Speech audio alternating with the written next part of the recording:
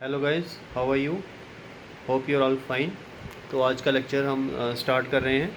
तो आज का टॉपिक है कि क्या जो प्रियम्बल है हमारा, ये अमेंडेबल है या नहीं है, और अगर है तो आज तक ये कितनी बारी अमेंड हुआ है, राइट? इसके ऊपर आज डिस्कस करेंगे। तो ऐसा है कि अमेंडेबल है या नहीं हमारा प्रियम्बल। सबसे पहले ये देख लेते हैं अमेंडेबिलिटी होती क्या है। अमेंडेबिलिटी होती है चेंज लाना। तो क्या हम अपने प्रियम्बल के अंदर चेंज ला सकते हैं? आपको पता होना चाहिए कि कॉन्स्टिट्यूशन को हम अमेंड कर सकते हैं या नहीं कर सकते हैं। बिल्कुल, कॉन्स्टिट्यूशन को हम अमेंड कर सकते हैं। अमेंड मतलब चेंज, बीच में कुछ अल्ट्रेशन, एडिटिंग कर सकते हैं। लेकिन ये इतना आसान नहीं होता, इसको पार्लियामेंट में करना पड़ता है। पार्लियामेंट में इसको पास करना पड़ता है, फिर जाके कुछ अमेंड होता है कॉन्स्टिट्यूशन का, राइट? इसके लिए एक अलग से चैप्टर है हमारी पॉलिटी में, amendability of the constitution, article 368। वो हम अलग से करेंगे। अभी के लिए सिर्फ आप ये समझ लीजिए कि कॉन्स्टिट्यूशन हमारा अमेंड हो सकता है। आज तक हमारा कॉन्स्टिट्यूशन 100 से भी ज़्यादा बार अमेंड हो चुका है। डिफरेंट डिफरेंट कॉन्स्टिट्यूशंस है वर्ल्ड के, जिनकी अपनी अपनी अमेंडेबिलिटी का प्रोसेस है। अमेरिका का कॉन्स्टिट्यूशन में अमेंडमेंट लाना, अमेरिकन कॉन्स्टिट्यूशन में अमेंडमेंट लाना बहुत डिफ़िकल्ट है। अमेरिका का कॉन्स्टिट्यूशन आज 300 साल हो गए हैं, 300 years have gone by America का कॉन्स्टिट्यूशन बने हुए, और वो आज तक सिर्फ 13 बार अमेंड हुआ है। क्यों? क्योंकि उसका अमेंडमेंट प्रोसेस डिफ़िकल्ट है। बड़ी मुश्किल से वहाँ की पार्लियामेंट में वो पास होता है, ठीक है? तो यहाँ पर इजी प्रोसेस, कई कुछ जगह इजी है, कुछ जगह डिफ़िकल्ट है। कुल मिला के आप कह लीजिए एवरेज प्रोसेस है, ना ज़्यादा मुश्किल ना ज़्यादा आसान इंडियन कॉन्स्टिट्यूशन में अमेंडमेंट लाना।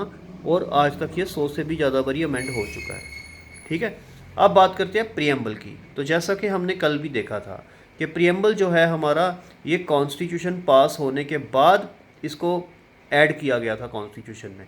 तो पहले हमारा कॉन्स्टिट्यूशन बना था, उसके बाद हमारा प्रियम्बल लिखा गया, और फिर उसको कॉन्स्टिट्यूशन में ऐड किया गया। एक बात तो यह समझने वाली है। अब फिर ये सोचने वाली बात आई कि क्या इसको अमेंड किया जा सकता है कि नहीं किया जा सकता। तो अब कांग्रेस की गवर्नमेंट ने हमारे कंट्री के अंदर 1975 में एक एमरजेंसी लगा दी थी, जिसको हम इंटरनल एमरजेंसी कहते हैं, राइट? आगे जाके आप देखोगे कि इंटरनल एमरजेंसी क्या होती है, एक्सटर्नल एमरजेंसी क्या होती है। ये अलग से चैप्टर है एमरजेंसी प्रोविजंस का पॉलिटी में, उसके अंदर हम डिस्कस करेंगे। अभी के लिए आप ये सोचो कि एक्सटर्नल एमरजेंसी ये वो होती है जब कोई वार वगैरह हो जाए किसी कंट्री के साथ, जैसे चाइना या पाकिस्तान के साथ, उसको एक्सटर्नल एमरजेंसी बोलते हैं। इंटरनल एमरजेंसी उसको बोलते हैं जब अपने देश में ही दंगे वगैरह हो जाए, उसको हम इंटरनल डिस्टर्बेंस या इंटरनल एमरजेंसी बोलते हैं। तो इंदिरा गांधी की गवर्नमेंट ने 1975 में ये एमरजेंसी जो थी वो इंडिया में लगा दी थी, ठीक है? इसको इंटरनल एमरजेंसी कहा जाता है। ऐसे शो किया गया कि इंडिया के हालात अच्छे नहीं हैं, अंदर के हालात जो हैं वो अच्छे नहीं हैं, और एमरजेंसी लगा दी गई। और उसके चलते हुए हमारा कॉन्स्टिट्यूशन जो है वो अमेंड किया गया, ठीक है? 42nd अमेंडमेंट लाई गई। 42nd अमेंडमेंट जो है इंडिया की कॉन्स्टिट्यूशन की सबसे बड़ी अमेंडमेंट है। उसके अंदर कॉन्स्टिट्यूशन में इतने चेंज किए गए, एक ही साल में इतने चेंज किए गए कि उस अमेंडमेंट को ही हम मिनी कॉन्स्टिट्यूशन बोलते हैं, 42nd अमेंडमेंट को, ठीक है? वो कांग्रेस गवर्नमेंट द्वारा एज इंदिरा गांधी जब प्राइम मिनिस्टर थी उसके द्वारा लाई गई थी। अब उसमें प्रियम्बल में भी कुछ चेंजेस लाई गई थी, ठीक है? तो वो चेंजेस क्या थी? 3 वर्ड्स नए ऐड किए गए प्रियम्बल में, राइट? कौन कौन से? Socialist, secular and integrity, right? तो हमारे प्रियम्बल में 3 वर्ड्स, जब आप प्रियम्बल को पढ़ेंगे तो we the people of India give to our self on this day democratic republic, ये सारा लिखा हुआ है। उसके अंदर सोशलिस्ट और सेकुलर ऐड किए गए, ये 2 वर्ड। और उसके बाद जब इंटेग्रिटी आता है तो यूनिटी आता है, तो unity and integrity of India. Unity पहले से था, इंटेग्रिटी हमने 42nd अमेंडमेंट में ऐड किया। तो कुल मिला के प्रियम्बल के अंदर 3 वर्ड्स ऐड किए गए। कौन कौन से? Socialist, secular and integrity. Socialist का कल मैंने समझा दिया, अब दोबारा नहीं समझाऊंगा, कोई डाउट होगा तो आप पूछ सकते हो। सेकुलर का भी मैंने कल समझा दिया, ठीक है। और इंटेग्रिटी ऐड किया, क्यों? यूनिटी पहले से था। यूनिटी एंड इंटेग्रिटी का मतलब क्या है? बेसिकली ये एक गहरी बात है, सोचने वाली बात ये है। इंडिया अंग्रेज़ों के टाइम से ही मल्टी कल्चरल, अंग्रेज़ों से क्या, अंग्रेज़ों से भी पहले मल्टी कल्चरल सोसाइटी रहा है। आप देख लीजिए, यहाँ पर साउथ इंडिया का अलग कल्चर है, ईस्ट इंडिया का अलग है, वेस्ट इंडिया का अलग है, नॉर्थ इंडिया का अलग कल्चर है, ठीक है। नॉर्थ इंडिया में भी डिफरेंट डिफरेंट कल्चर है। JNK में अलग कल्चर है, डोगरी कल्चर है। पंजाब में बिल्कुल अलग पंजाबी कल्चर है। हरियाणा में अलग जाट कल्चर है। राजस्थान में भी जाट कल्चर है। दिल्ली में मिक्स हैं सारे लोग। अब नॉर्थ ईस्ट में चले जाओ, डिफरेंट हैं टोटली, सारा ही सारा कुछ ही, ठीक है। ट्राइब्स हैं वहाँ पर, ठीक है। महाराष्ट्र गुजरात की साइड चले जाओ, वहाँ पे डिफरेंट है, खाना पीना भी लोगों का अलग है।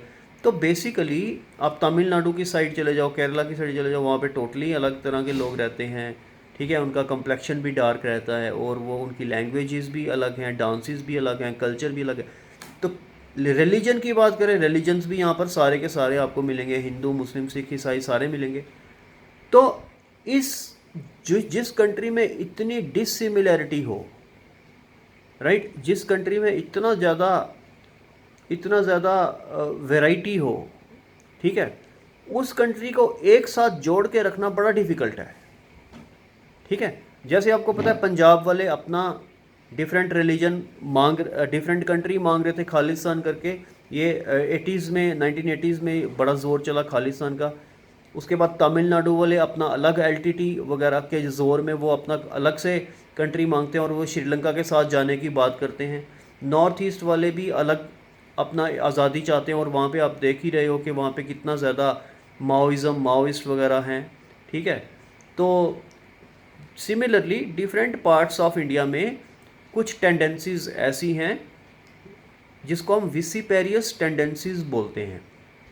सेसेशनिस्ट फोर्सेस जो हैं वो इस कंट्री को ब्रेक करना चाहती हैं, मींस के इस कंट्री को जैसे अलग अलग भागों में बांटकर अलग अलग देशों में बांटना चाहती है। एक इंडिया को अलग अलग देशों में बांटना चाहती है।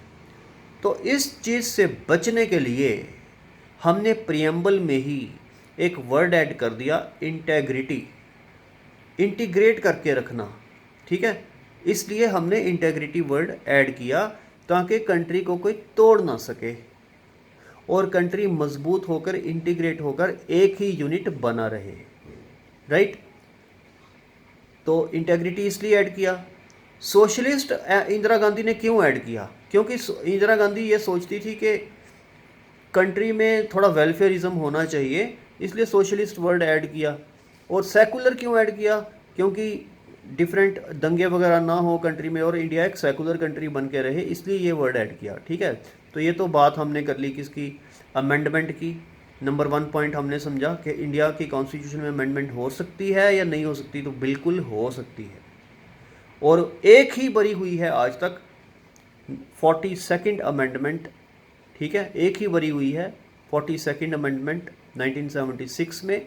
और इसमें प्रियम्बल में 3 वर्ड नए ऐड किए गए, सोशलिस्ट, सेकुलर एंड इंटेग्रिटी। ये बात यहाँ ख़त्म हो जाती है। अब हम नेक्स्ट टॉपिक के ऊपर आ जाते हैं, और वो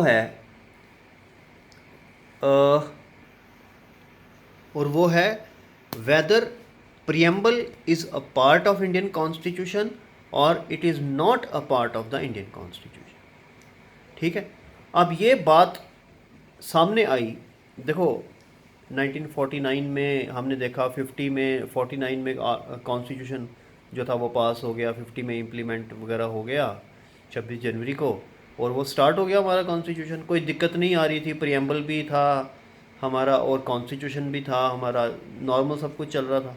लेकिन एक लॉ की 3 ब्रांचेज़ हैं, लॉ जो है उसकी 3 ब्रांचेज़ हैं, civil law, criminal law and constitutional law, ठीक है। सिविल लॉ में कौन से चीज़ें होती हैं, कौन से मसले होते हैं, जैसे किसी का लैंड का झगड़ा पड़ गया, एग्रीकल्चरल लैंड हो गई, डिस्प्यूट पड़ गया तो वो कोर्ट में जाके सिविल कोर्ट उसको सिविल कोर्ट देखती है। क्रिमिनल लॉ में क्या चीज़ें आती हैं, जैसे कि किसी का मर्डर हो गया, ऐसी चीज़ें, क्राइम टाइप की चीज़ें, वो उसको क्रिमिनल कोर्ट देखती है। कोर्ट तो एक ही होती है लेकिन उसमें जज जो हैं वो अलग अलग बैठते हैं, तो ठीक है। तो उसमें जो वकील होते हैं वो भी अलग अलग होते हैं, जैसे सिविल लॉयर्स, क्रिमिनल लॉयर्स, ठीक है। तो ऐसे ही जजेस का भी बेंच अलग अलग होते हैं। सिविल जजेस का बेंच होता है, क्रिमिनल जजेस का बेंच होता है, ठीक है। तो जिसको जिस फील्ड की नॉलेज हो उसी फील्ड में वो जज बनता है और वकील बनता है। और तीसरी ब्रांच वो है कॉन्स्टिट्यूशनल लॉ। सिमिलरली जैसे क्रिमिनल और सिविल के वकील होते हैं, लायर्स होते हैं, ऐसे ही कॉन्स्टिट्यूशनल के लायर्स भी अलग होते हैं, ठीक है, और इसके जज भी अलग होते हैं। तो जब कोई कोर्ट कॉन्स्टिट्यूशन के किसी मसले के ऊपर जजमेंट देती है तो उसको कॉन्स्टिट्यूशनल बेंच बोलते हैं। फॉलो किया आपने? मैंने कहा जब किसी कोर्ट में, चाहे वो हाई कोर्ट हो चाहे वो सुप्रीम कोर्ट हो, जब वो कोई कॉन्स्टिट्यूशन के मसले के ऊपर हियरिंग करेगी तो वो जज जो होंगे उसको हम कॉन्स्टिट्यूशनल बेंच बोलते हैं, और जो वकील जो केस लड़ रहे होंगे दो पार्टीज़ का, वो कॉन्स्टिट्यूशनल लॉ में एक्सपर्ट्स होंगे। हम जो अभी चीज़ पढ़ रहे हैं इंडियन पॉलिटी, वो भी कॉन्स्टिट्यूशनल लॉ ही है, राइट। हम सिविल लॉ और क्रिमिनल लॉ नहीं पढ़ रहे, लेकिन हम कॉन्स्टिट्यूशनल लॉ पढ़ रहे हैं, ठीक है। तो कॉन्स्टिट्यूशनल लॉ के अंदर मैं ये बात कह रहा था कि बड़ी सारी 1950 में हमारा कॉन्स्टिट्यूशन स्टार्ट हो गया, और जैसे ही आगे आगे हम बढ़ते गए तो कुछ मसले पैदा होते हैं। तो ये मसला पैदा हुआ कि क्या जो प्रियम्बल है ये कॉन्स्टिट्यूशन का पार्ट है या ये अलग है। तो 1960 में 1960 में सुप्रीम कोर्ट के पास केस गया, दो पार्टीज आपस में लड़ रही थी, ठीक है। तो सुप्रीम कोर्ट के पास केस गया, इस केस का नाम था बेरूबरी केस। कौन सा नाम था? बेरूबरी केस, 1960 का। तो इस कोर्ट में जजमेंट क्या आई? सुप्रीम कोर्ट का बेंच था, कॉन्स्टिट्यूशनल बेंच था, उसने जजमेंट क्या दी? उसने कहा कि preamble, although it is very important to the constitution, हालांकि एक प्रियम्बल कॉन्स्टिट्यूशन में बड़ा इंपॉर्टेंट रोल प्ले करता है, but it is not a part of the constitution. तो क्या बोला बेरूबरी केस में? जजिस ने बोला कि प्रियम्बल जो है ये कॉन्स्टिट्यूशन का पार्ट नहीं है। बहुत इंपॉर्टेंट जजमेंट थी ये, पूरे देश में ये न्यूज़ में हेडिंग ब्रेकिंग न्यूज़ आ गई, हेडलाइंस आ गई कि बेरूबरी केस में सुप्रीम कोर्ट ने प्रियम्बल को कॉन्स्टिट्यूशन का पार्ट नहीं बताया है। लेकिन साथ में बेरूबरी केस में ये भी बोला गया कि although preamble is not a part of the constitution, but preamble can be a guiding light to the constitution. Guiding light क्या होती है? टॉर्च। जब हम अंधेरे में चलते हैं तो टॉर्च लेकर चलते हैं, तो टॉर्च हमारी गाइडिंग लाइट बन जाती है। तो अब देखो कॉन्स्टिट्यूशन हमारा बहुत बड़ा है। अब कॉन्स्टिट्यूशन में बड़े सारे आर्टिकल्स हैं, बड़े सारे पार्ट्स हैं, बड़े सारे इसमें शेड्यूल्स हैं। तो जब कॉन्स्टिट्यूशन पढ़ते पढ़ते किसी वर्ड में, किसी फ्रेज़ में, किसी सेंटेंस में कोई कन्फ्यूजन आ जाए तो हम क्या करेंगे? तो प्रियम्बल को एक बारी पढ़ लेंगे कि भाई देख लेते हैं इसकी फिलॉसफी जो प्रियम्बल है वो क्या बोलती है। इसलिए जजेस ने बेरूबरी केस में कहा कि ऑल्दो प्रियम्बल जो है वो पार्ट तो नहीं है, कॉन्स्टिट्यूशन का पार्ट तो हम नहीं कह सकते, लेकिन ये जो है एक गाइडिंग लाइट ज़रूर है कॉन्स्टिट्यूशन ऑफ इंडिया को समझने के लिए। तो बेरूबरी केस में हमने दो ही चीज़ें एग्जामिनेशन पॉइंट ऑफ व्यू से याद रखनी है। एक, ये कहना सुप्रीम कोर्ट का कि preamble is not a part of the constitution, and दूसरा, preamble although it is not a part of the constitution but it is a guiding light to the constitution। दो चीज़ें हमने याद रखनी है। यहाँ तक क्लियर? अब हम आगे चलते हैं। तो आगे हम चलते हैं। अब आगे चलते चलते एक केस और आया सुप्रीम कोर्ट के पास जो कि बहुत इंपॉर्टेंट है एग्जामिनेशन पॉइंट ऑफ व्यू से, आईपीएस के और आईएएस के एग्जामिनेशन पॉइंट ऑफ व्यू से बड़ा इंपॉर्टेंट है ये केस। और इस केस का नाम है 1973 में ये केस आया। इस केस का नाम है केशव नंदा भारती केस, केशव नंदा भारती केस, ठीक है, 1973 में।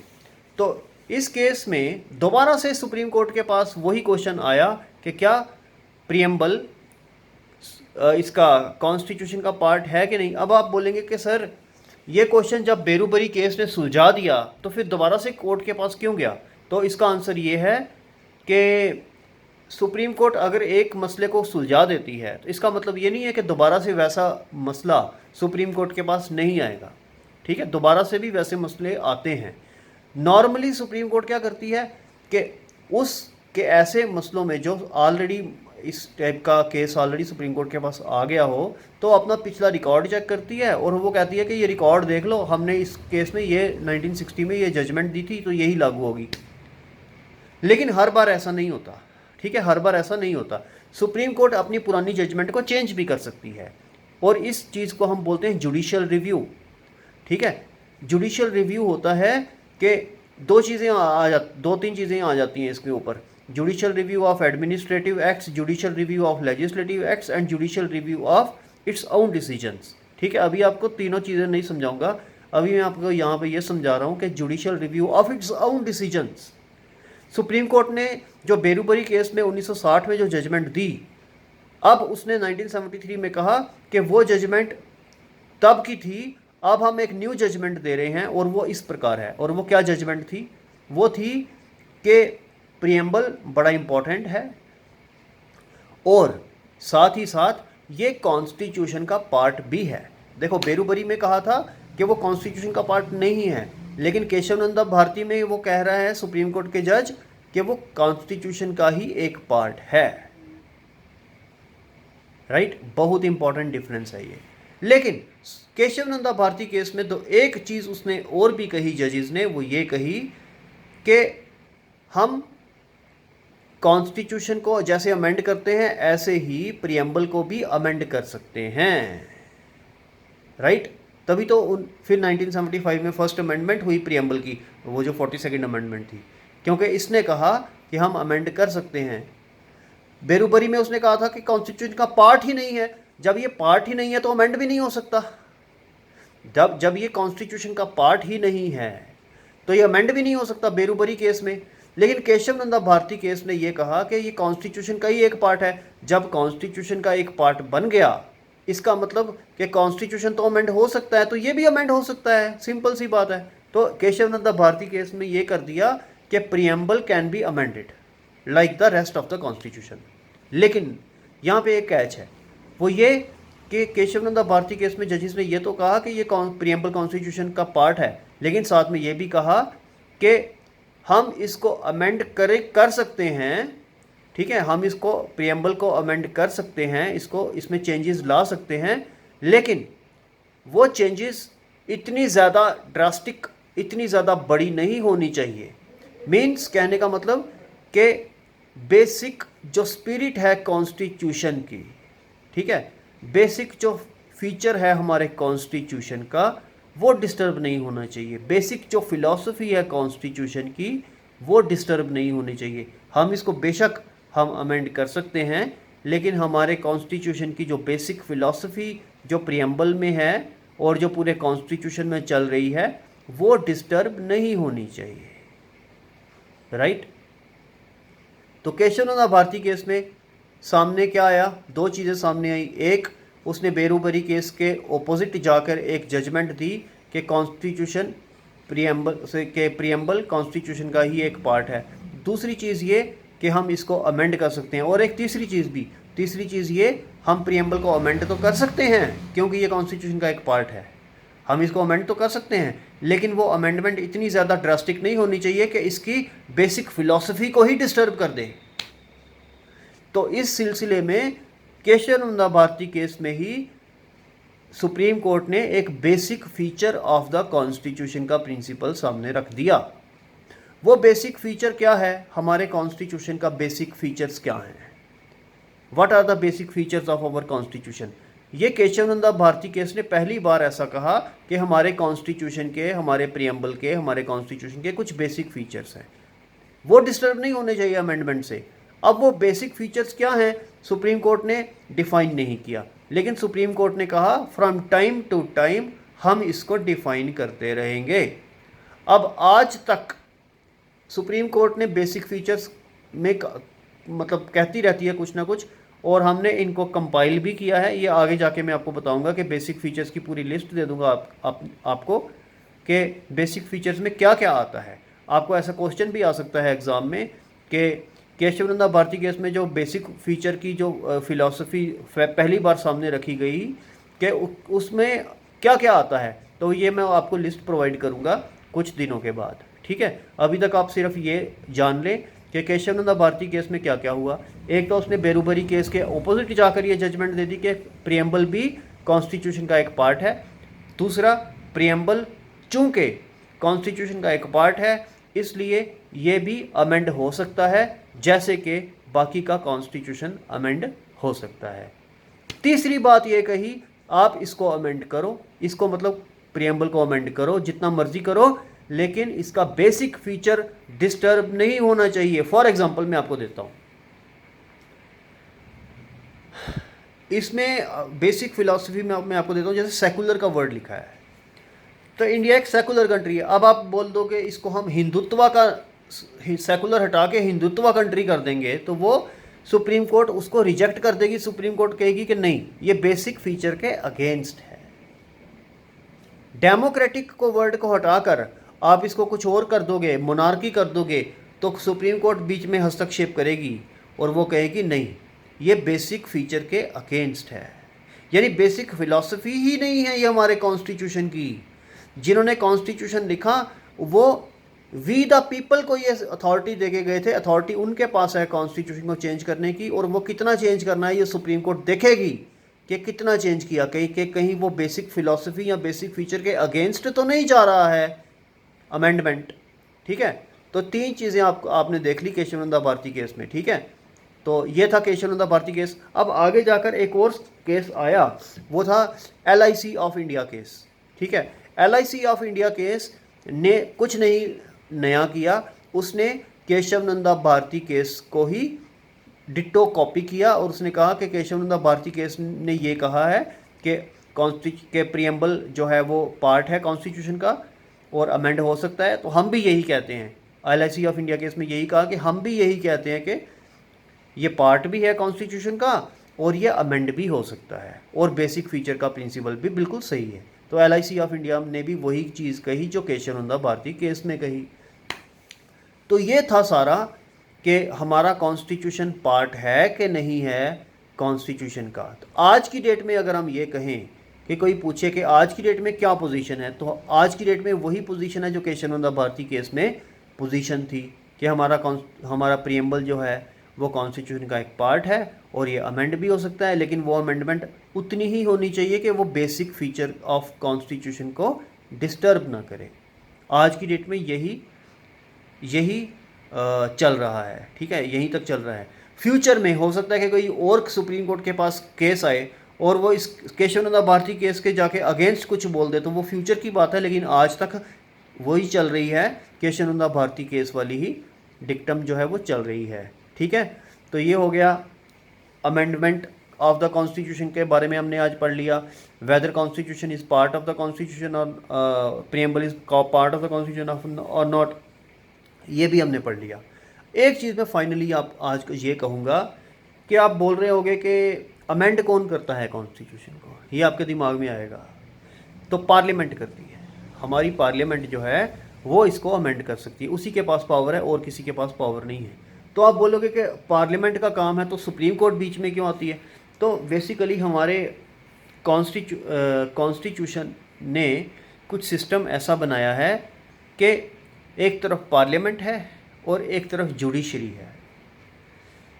पार्लियामेंट का काम है लॉ को बनाना, कानून को बनाना, ठीक है, कॉन्स्टिट्यूशन को अमेंड करना। लेकिन सुप्रीम कोर्ट को उसने एक वॉच डॉग की तरह रखा है। वॉच डॉग मतलब वॉच डॉग जो घर में जो हम डॉग रखते हैं वो घर की रखवाली करता है।